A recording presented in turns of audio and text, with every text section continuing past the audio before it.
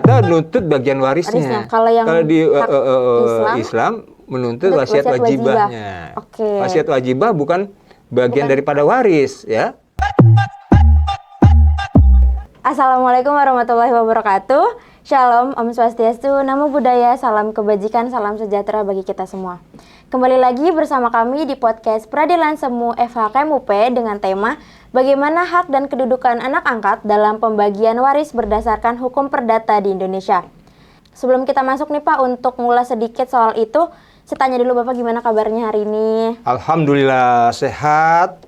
Sudah makan siang belum Bapak? Sudah makan siang tadi di kantin. Berarti sudah semangat nih ya Pak buat podcast kali ini. Siap. Sebelum kita mulai, kita jargon dulu ya Pak. Ya. Peradilan Semu FHKM UP, Multum in Parvo. Oke, terima kasih. Pertama-tama perkenalkan, nama saya Bintang selaku moderator podcast kali ini, dan di samping saya sudah ada bintang tamu kita yaitu Bapak Yulianto SH SPN MKN. Bener gak tuh Bapak gelar? Ya, betul. Oke. Kalau kayak gitu biar saya ulas sedikit dulu ya Pak mengenai tema yang akan kita bawa pada hari ini. Anak angkat adalah seorang anak yang bukan keturunan dari suami istri yang sudah menikah. Namun anak ini diambil dan dipelihara dengan penuh kasih sayang, diperlakukan sama seperti anak kandung mereka sendiri. Tujuan pengangkatan anak adalah untuk memberikan anak tersebut lingkungan yang aman, penuh kasih sayang, dan mendukung untuk tumbuh dan berkembang secara optimal. Pengangkatan anak juga bertujuan untuk meneruskan garis keturunan dalam sebuah perkawinan yang tidak memiliki keturunan.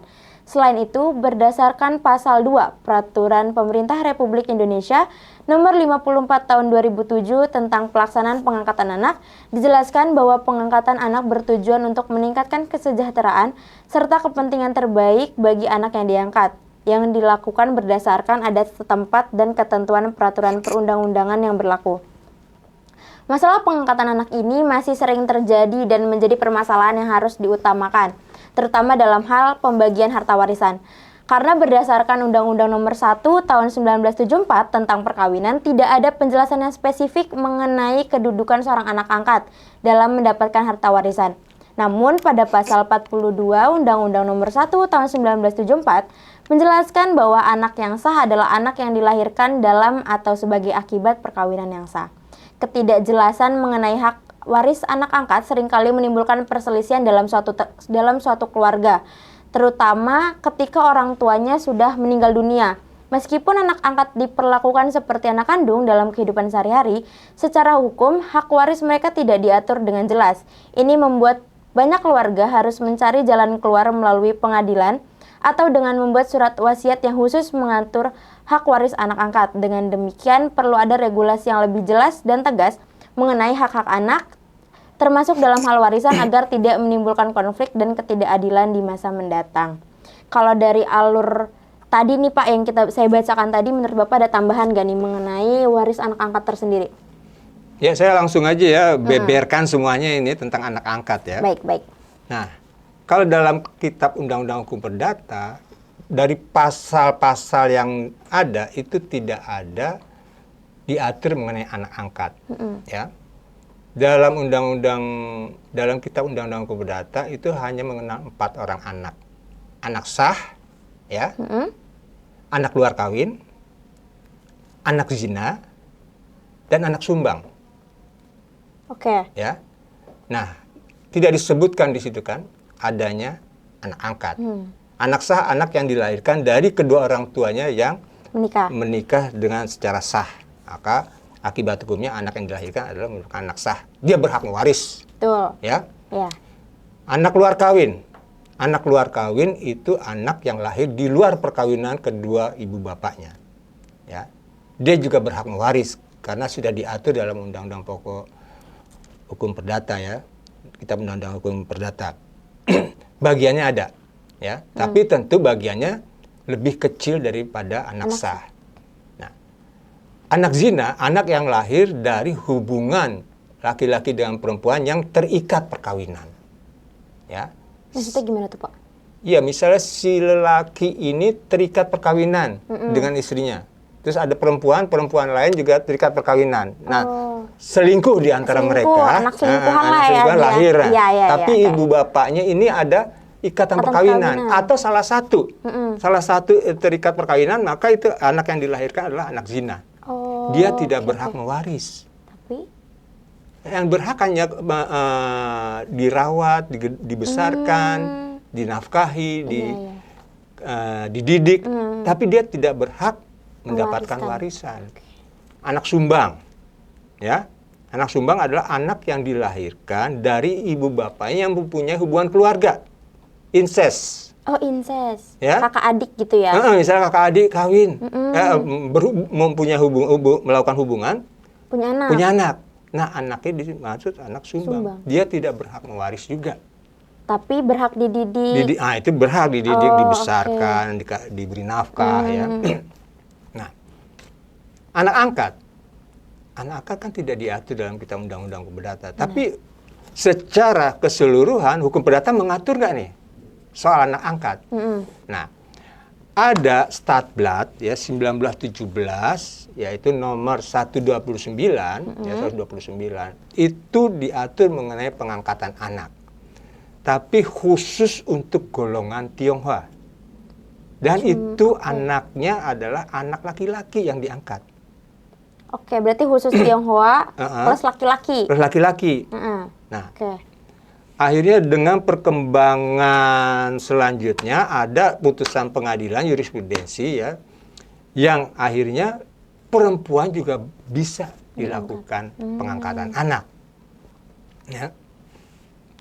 Pada peraturan Statblad itu 129/1917 itu syarat pengangkatan anak harus dengan akte notaris. Ya. Oke. Akte notaris. Terus bergeser sampai ada akhirnya putusan Mahkamah Agung, ya, surat edaran Mahkamah Agung, ya, di mana pengangkatan anak itu harus berdasarkan penetapan pengadilan.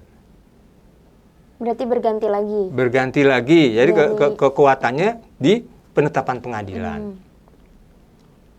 Nah, bagaimana akibat hukumnya itu kan selanjutnya kan? Iya. Bagaimana akibat hukumnya? Akibat hukumnya antara anak dengan orang tua asalnya, orang tua biologisnya, maka putus hubungan perdatanya. Oh, hubungan keluarganya di Hubungan perdata, bukan hubungan keluarga, hubungan perdataannya putus. Maka timbul hubungan perdata dengan orang tua yang mengangkatnya. Ya. Akibat selanjutnya apa? Dia berhak mewaris karena dia sudah dianggap sebagai anak dan dia juga berhak untuk mendapatkan nama orang tuanya. Oh, Gitu. berarti iya, paham. Ya. Berarti secara nggak langsung kalau dia si anak angkat ini berhak mewariskan dari keluarga baru, berarti dia udah nggak berhak mendapat harta waris dari keluarga lama dia. Karena kan udah putus tadi Ya hubungan keperdataannya, tapi hubungan persaudaraan, hubungan darahnya Itunya tetap masih berjalan. tetap. Berarti dia berhak mewaris terhadap harta peninggalan orang tua yang diangkatnya. Iya. Itu hukum perdata ya.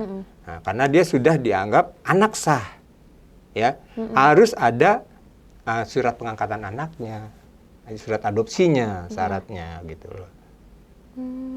Tapi kalau misalnya kayak gitu kan dari yang sebelumnya ini kan Bapak bilang kalau di KUH Perdata itu nggak pernah diatur soal anak angkat.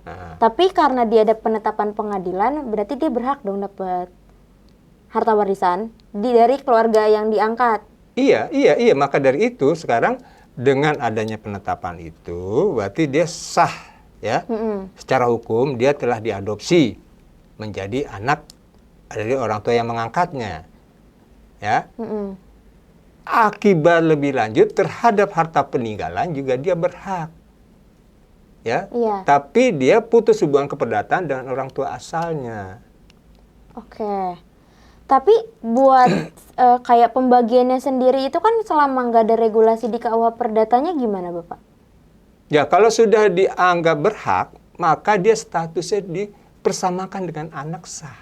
Oh, dia udah jadi apa ya? Kasarnya satu lah sama anak kandung gitu. Iya.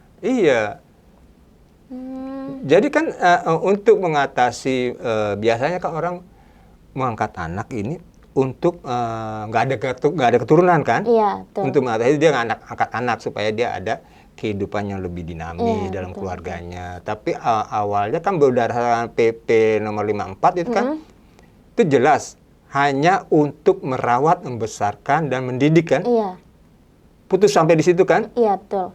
Nggak ada diatur mengenai warisan kan? Nah, hanya masalah merawat, membesarkan dan mendidik. Ya. Di Undang-Undang Pokok Perkawinan juga nggak ada kan? Iya, nggak ada. Di kalau kita Undang-Undang Hukum Perdata juga nggak ada Iya, nggak ada. diatur. Maka Tidak diatur.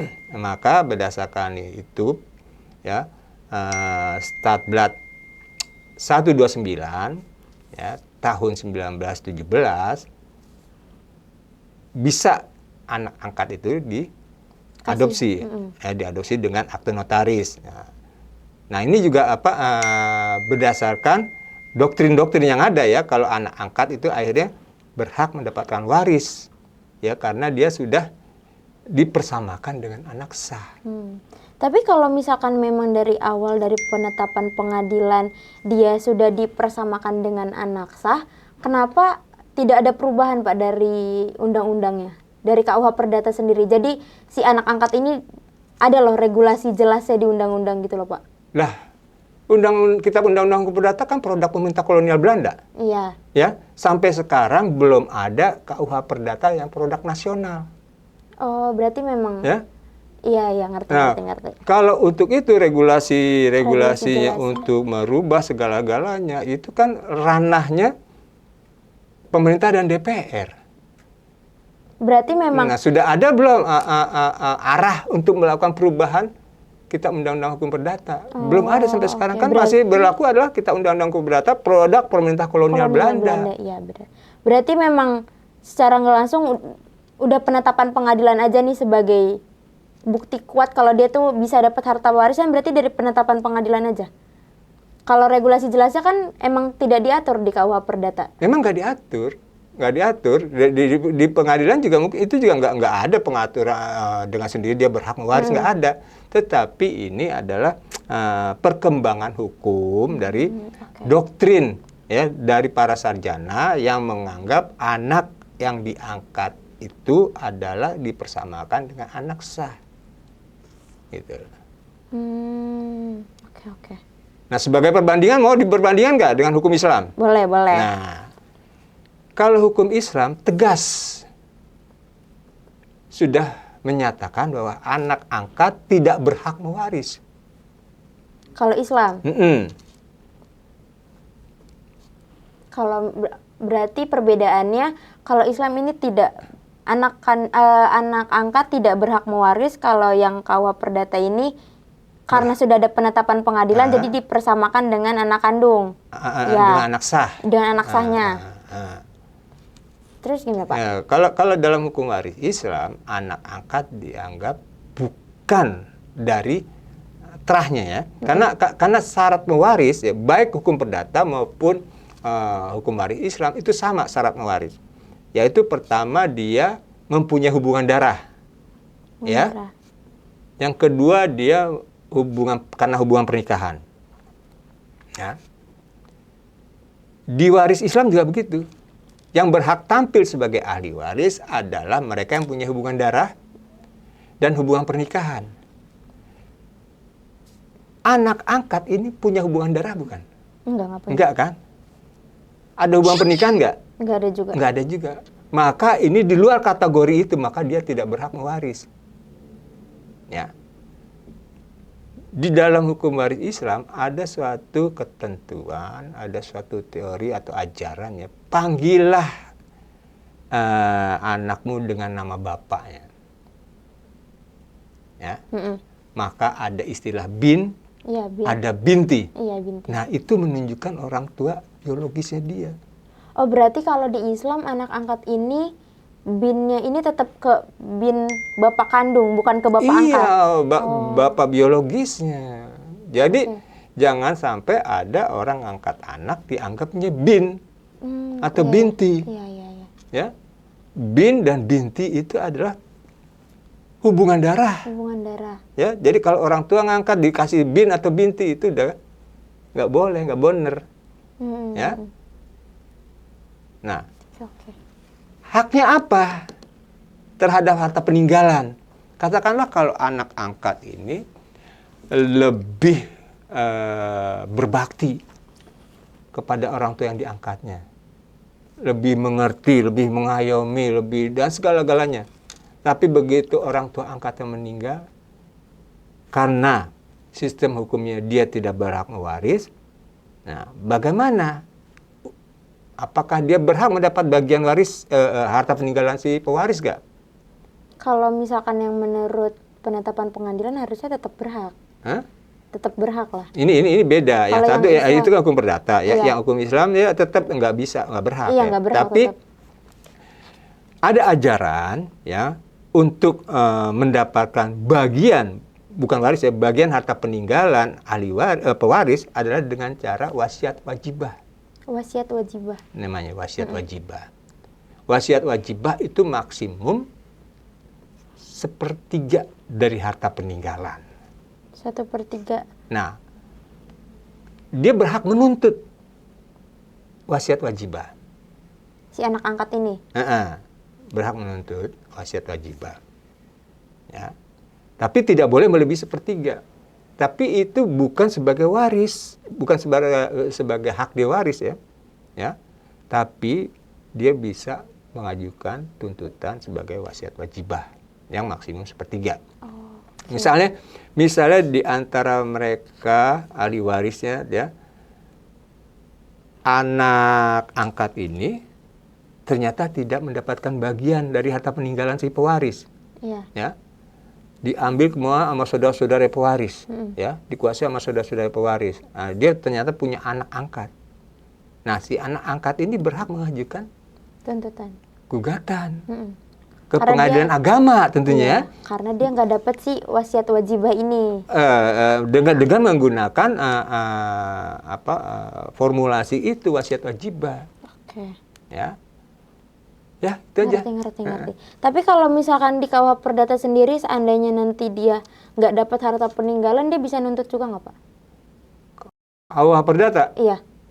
KUH Perdata kalau dia punya penetapan pengadilan, ya dia dikesampingkan sebagai ahli waris, dia berhak menuntut. Oh, dia berarti berhak menuntut juga nih. Berhak menuntut kalau dia dikesampingkan sebagai ahli waris, ya, karena dia punya penetapan pengadilan. Oh, berarti baik Islam. Oh, oke. Berarti baik Islam maupun yang penetapan pengadilan itu berarti bisa sama-sama nuntut, tapi bedanya kalau perdata nuntut bagian warisnya. Kalau yang di hak Islam menuntut nuntut wasiat wasiat wajibahnya. Oke. Wasiat wajibah bukan bagian daripada waris, ya. Nah, gitu. Asal tahu aja itu beda dengan yang di KUH Perdata. Kalau KUH Perdata itu hukum perdata maksudnya.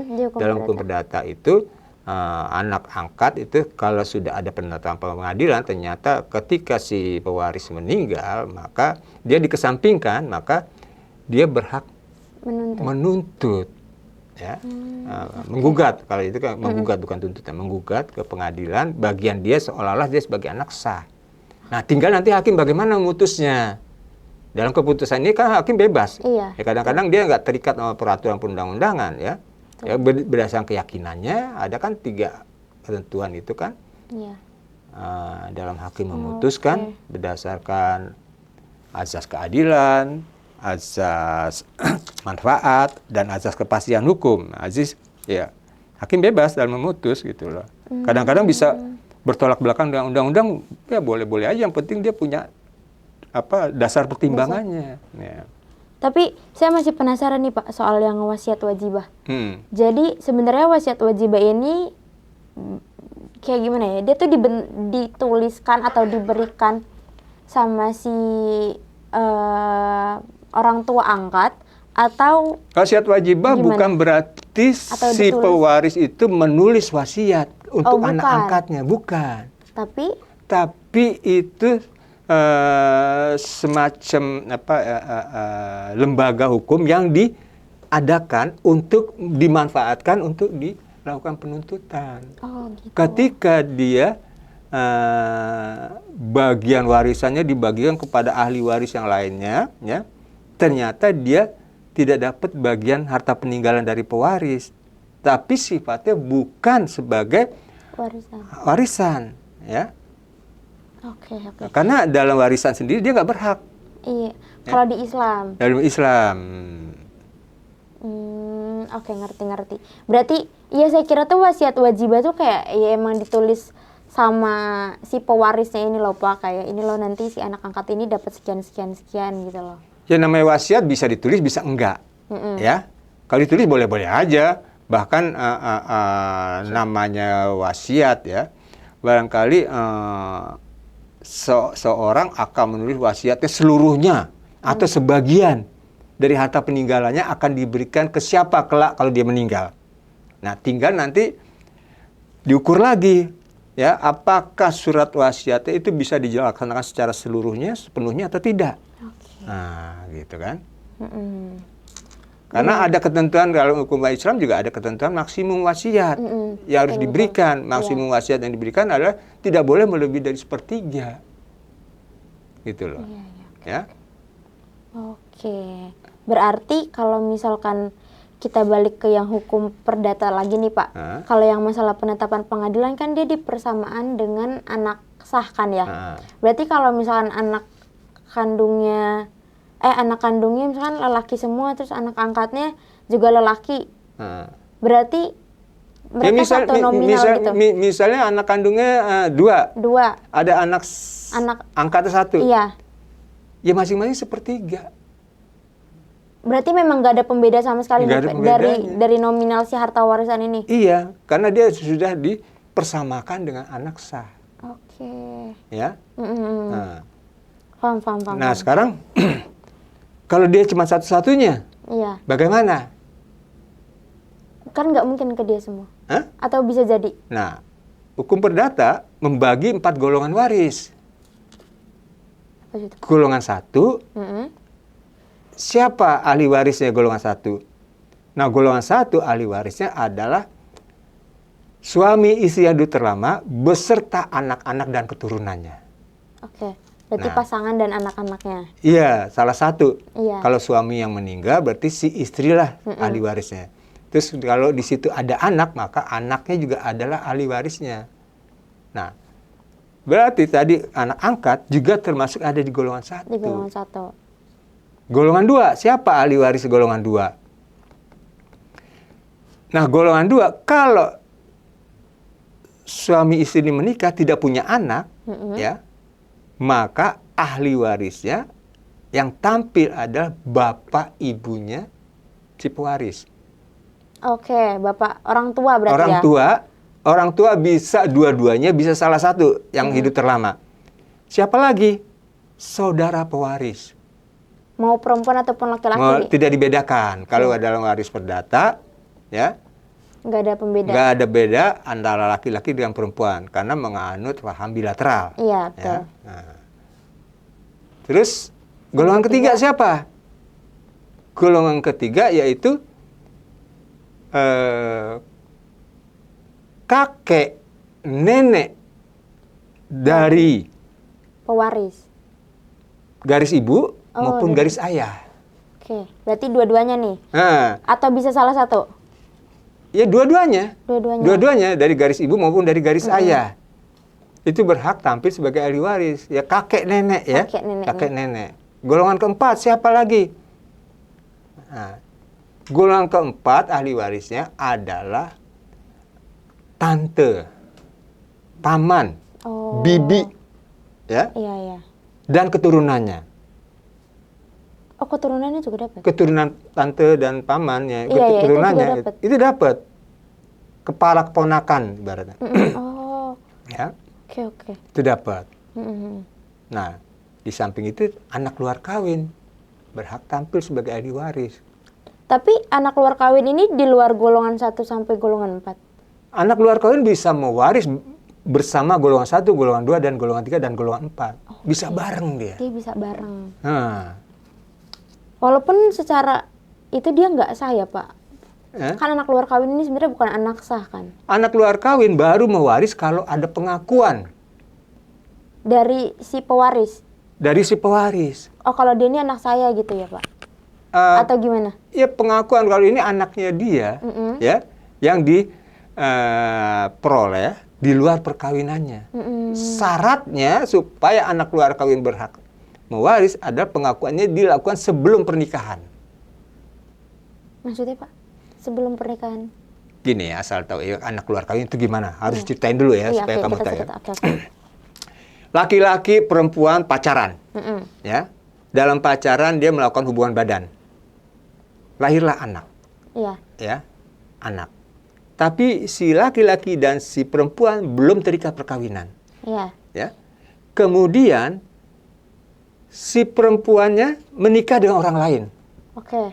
yang laki-laki juga menikah Menikah orang dengan lain. orang lain. Nah, dia nih anak yang dilahirkan di luar perkawinan. Iya, dia anaknya siapa nih gitu kan? Ya, anaknya secara biologis anak laki-laki Iya, dan perempuan tapi ini, kan tapi maksudnya- tidak ikut perkawinan. Tidak ikut pengakuannya perkawinan. tidak- Nah, betul. kemudian bagaimana si anak ini, ya, bisa memperoleh warisan? Kalau laki-laki Perempuan. dan perempuan ini meninggal, harus ada pengakuan terhadap anak ini. Ya, Dari perempuan pengakuan atau itu dari laki-lakinya pengadilan juga. kan? Oh. Jadi si laki-laki misalnya harus mengakui secara sah ini adalah anaknya dia. Ya, biasa yang paham itu kan perempuan kan tahu kan ini anaknya Iya, dia kan. iya, betul. Kalau laki-laki kan nggak tahu Iya, kan. benar-benar. Makanya dia perlu pengakuan. Ya, untuk anak ini bisa berhak mewaris perlu pengakuan. Ya, dari penetapan pengadilan. Tapi syaratnya sebelum si laki-laki ini menikah dengan orang lain. Ya, Oke. paham nggak? Paham. Nah, jadi sebelum katakanlah si A ini laki-laki, si B ini perempuan. Iya. Si A ini menikahnya dengan si C. Iya. Ya, sebelum A menikah dengan si C, dia sudah punya anak luar kawin nih. Iya. Berarti dia harus mengakui Si X ya, anak luar kawinnya si X ini, harus si X ini mengakui nih. anak itu sebelum dia nikah lagi. Sebelum dia menikah, dia harus membuat pengakuan Oke. anak luar kawin si X ini adalah anak yang dilahirkan Di luar di luar kawin. perkawinan. Diakui secara sah. Mm-mm. Nah, terus dia menikah dengan si C ini, lahir anak. Jadi dia punya anak kandung Sama anak di sama luar anak kawin. luar kawin. Tapi anak luar kawin sama anak sah tetap 1/3. Kalau di Bagiannya? Iya, bagiannya. Bagiannya itu sudah diatur dalam pasal 863 KUH Perdata. Berarti berarti kalau kita tarik lagi dari yang awal kan dibagi jadi 4. Anak sah, anak luar kawin, anak sumbang sama anak zina. Nah, ini tuh haknya beda-beda. Kalau di hukum perdata, Kalau dalam hukum perdata yang berhak mewaris hanya 2 itu. si Anak sah sama dan anak luar kawin. Oh, oke. Anak zina dan anak sumbang tidak berhak mewaris. Oke, ngerti. Berarti kalau luar kawin ini sama anak sah beda pembagiannya, tapi anak sah ini satu pembagiannya sama anak angkat. Bener gak, Pak? Ya, kalau Ya, ada anak angkat. ada anak Kalau angkat, ada anak oke. angkat dipersamakan dia sebagai Iya. anak sah. Tapi anak luar kawin beda lagi. Anak luar kawin beda lagi. Oke, ngerti. Nah, jadi kalau anak luar kawin, berapa sih besarnya bagiannya kalau dia mewaris bersama anak sah? Ya kan? Nah, pasal 863 menetapkan bagian anak luar kawin adalah 1/3 1/3. dari seandainya dia anak sah. Oh. Jadi bukan 1/3 dari harta peninggalan Tapi ya. dari Seandainya anak dia sah. anak sah. Oke. Jadi misalnya anak sahnya 2, anak luar kawinnya 1. Nah, kita cari dulu berapa besarnya bagian anak luar kawin ini. Nah, kalau dia untuk mencarinya, maka kita anggap dia anak sah dulu. Berarti kan 1/3 kan? 1/3. Anak sahnya 2, anak luar kawinnya 1. Berarti kalau dianggap seolah-olah anak sah, berarti anak sahnya 3 kan? 3, iya. Nah, jadi 1/3. 1/3. Nah, di situ juga 1/3 kali seandainya dia anak sah. Anak saya udah ketahuan nih 1/3 masing-masing. Iya. Berarti bagian dia apa? 1/3 kali 1/3. Oke. Bagiannya 1/9. untuk anak luar kawin. Buat anak luar kawin. Nah, sisanya berapa? 1/9, sisanya berapa? Aduh, nggak tahu lagi, Pak. Ya, 1 dikali 1/9? 1 dikali 1/9? 1 dikali 1/9? 8/9. Iya, 8/9. Nah, 8/9 itulah dibagi berdua untuk anak sahnya. Buat anak sahnya, oke. Gitu lah. Berarti secara nggak langsung dia memang lebih kecil dari anak sah ya berarti, Pak? Iya kan, kualitasnya juga beda. Iya sih, benar. Kualitasnya beda. Anak luar kawin, anak yang lahir di luar perkawinan kedua orang tuanya. Ya. Iya, Kalau anak sah, anak yang dilahirkan dari perkawinan sah kedua orang tuanya, ibu bapaknya. Oh, berarti kalau misalkan bentukannya anak angkatnya 1, anak luar kawinnya 1, Hah? anak angkatnya 1, anak luar kawinnya 1, berarti sama ya? Karena kan anak angkat persamaannya sama anak sah. Anak angkat persamaan dengan Kan anak iya. ya, berarti sama kan? Itu kan Hitungannya. tetap 863 dianggap sepertiga dulu kali 1/2 berarti kan. Nah, karena soalnya dianggap anak sah kan. Iya. Jadi setengah karena anak 1 kan. Anak angkatnya 1. Anak keluarga 1. Iya. Nah, berarti anak sah anak angkat ini dianggap sebagai anak sah kan. Iya. Kalau dalam KUH berarti kalau dianggap anak sah berarti dua-duanya ini masing-masing untuk menghitung anak luar kawin bagiannya kalau dianggap dia sebagai anak sah berarti setengah kan masing-masing Iya, kan. setengah. Nah, setengah kali 1/3 berapa? 15. 1/6. 1/6. Nah, 1/6 sisa dari 1/6 berapa? 1 dikali 1/6 berapa? 5/6. 5/6 lah bagian Jelek untuk banget anak. matematikanya. Jelek banget lagi matematikanya.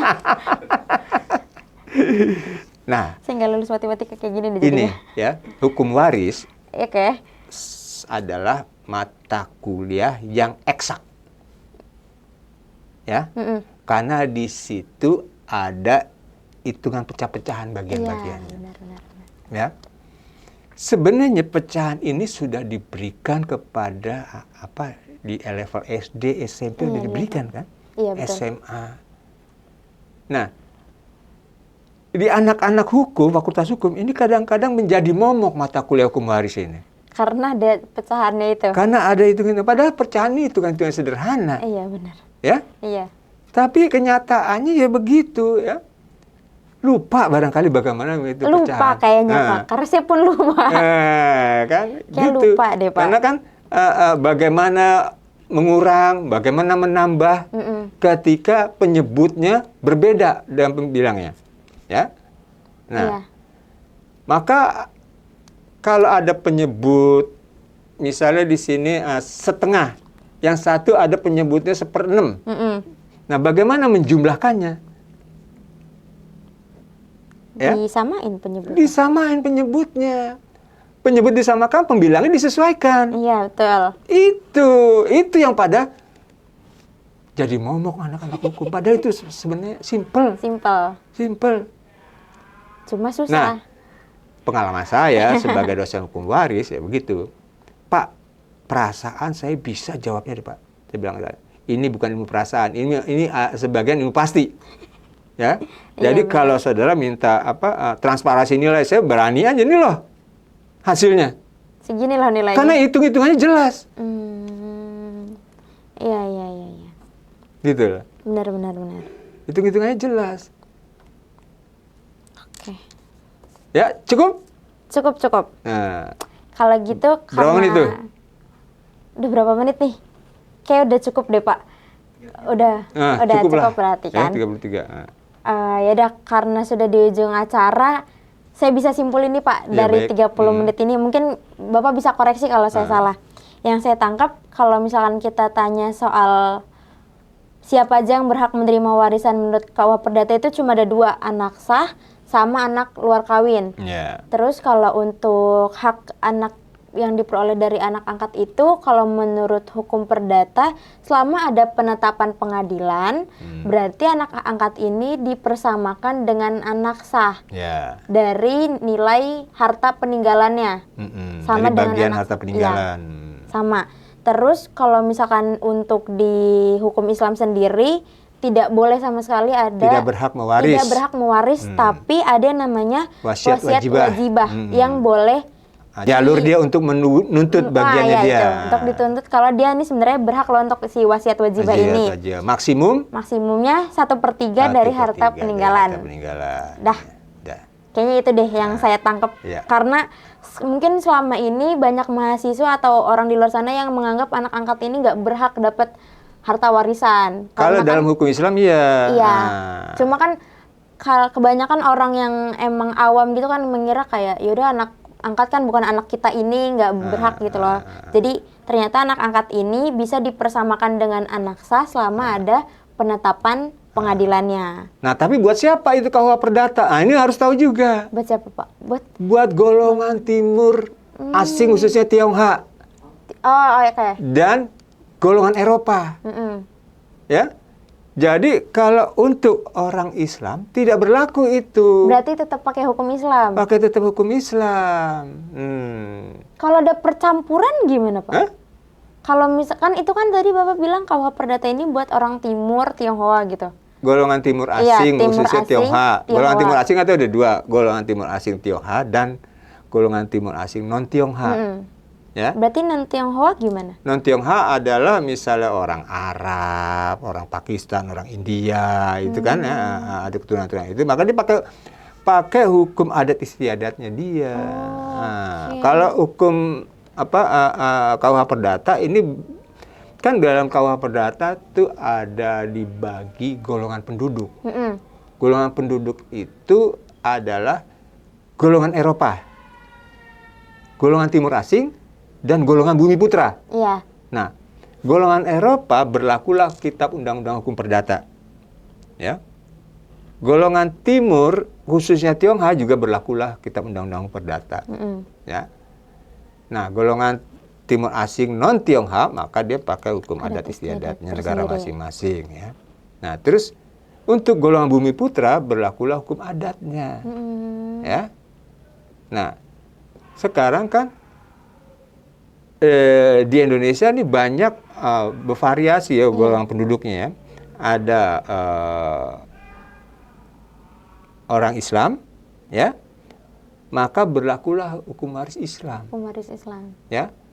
Berarti kalau anak angkat ya sebenarnya dia tidak berhak. Iya, dia nggak berhak dapat warisan. Nggak berhak warisan. Iya. Tapi kalau dia golongan Tionghoa, dia tunduk pada hukum perdata Barat. Iya, dia tetap dapat. Tetap dapat karena sudah dipersamakan kedudukannya sebagai anak sah. Jadi bukan mentang-mentang wah dia ini anak angkat nih berarti berhak nih. Ya, lihat dulu siapa lo gitu kan. Oh iya, benar-benar. Nah, kalau orang kamu Islam itu atau orang Islam, Tionghoa nih? maka berlakulah hukum waris Hukum Islam gitu loh. Benar-benar. Oke, Ya. oke. Kalau dia golongan Tionghoa mungkin bisa pakai itu, berhak dia dipersamakan sebagai anak sah. Ya. Oke, ngerti. Paham kan? Paham. Nggak semuanya bisa menggunakan itu. Oke, gitu. paham. Jadi kalau misalkan dia warga Indonesia yang Islam, dia tetap pakai hukum Islam.